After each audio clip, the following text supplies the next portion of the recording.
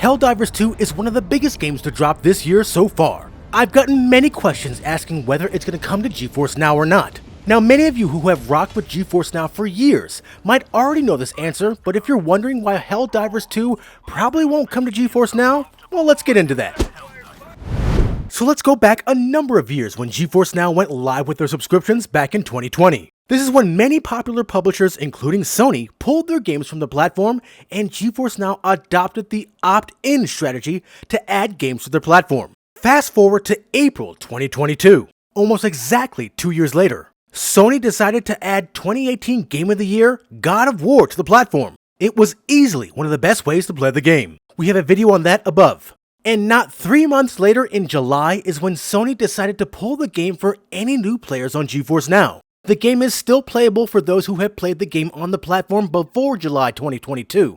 And since then, we have seen no other Sony game get added to the platform. This includes any Spider-Man game, The Last of Us, the Uncharted collection, you name it. This is why we aren't expecting Helldivers 2 to come to GeForce Now. Now, why is Sony not adding any games to the platform? Now, this is speculation, but it's pretty clear that Sony wants a piece of the cloud gaming pie as well. With their subscription service, PS Plus, they have a cloud streaming portion pretty similar to what Microsoft is doing with their Game Pass Ultimate subscription. Sony even has the ability to stream games in 4K on the PS5 currently, which is what I'm expecting to happen with Helldivers 2. Now, I don't see the game being able to be streamed for a while, but that's where I see things going. I see Sony increasing their cloud gaming presence in the near future, allowing anyone with a PS Plus subscription to access their exclusives through the cloud.